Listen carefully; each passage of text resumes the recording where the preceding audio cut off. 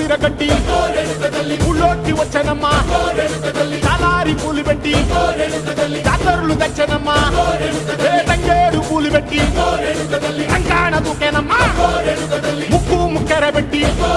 ముల్లోకాల నెలదమ్మా ముందార చూడంగా మున్నూరు కన్నులమ్మా ఎదుకాల చూడంగా